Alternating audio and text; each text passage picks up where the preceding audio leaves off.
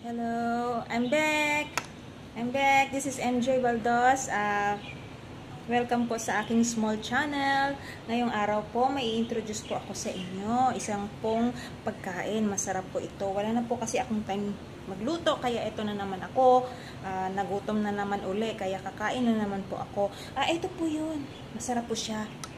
Ito po ay isa sa mga favorite food ko dito sa Singapore. Ito po ay ang prawn noodles. So, I will show to you. Guys, ito po siya. Wow. Sarap niya.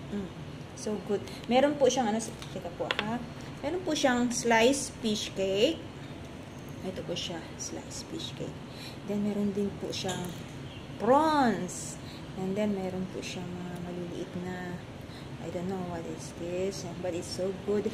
Tsaka ito po sliced pork. Sarap siya po. Tsaka ito po yung flat yellow noodles. Tsaka meron po siyang gravy. Ang gravy po ay yung mga chili sauce, mga ganon. Tsaka meron po siyang kaunting tauge rin. Tauge. Yan.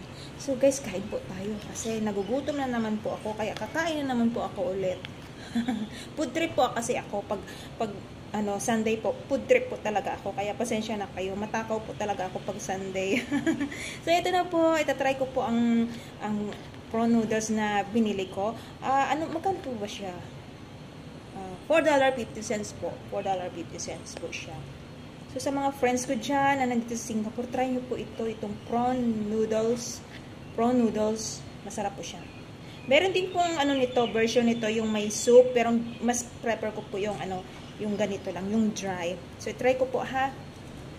Tara po, kain po tayo. Masarap ito. Talaga naglalaway na po ako. Ang bango kasi. Tsaka mainit pa siya. Kaya masarap pong kainin siya pag mainit. So, let's try po guys ha. Sorry po kasi hindi po ako magaling sa chopstick. So, sorry lang po. Ito, try ko po. Wow. Wow. So good. Wow. Sarap. Yay. So, ayan lang po. Introduce ko po sa inyo ang aking pinakain ngayon. So, i-enjoy ko po ito. Kakain muna po ako. So, hanggang dito na lang po ang video ko. Salamat po sa nanood sa video ko ulit. Salamat po. Salamat. Sige po. Bye-bye. Kita ko po ulit. Bye-bye po. Yan.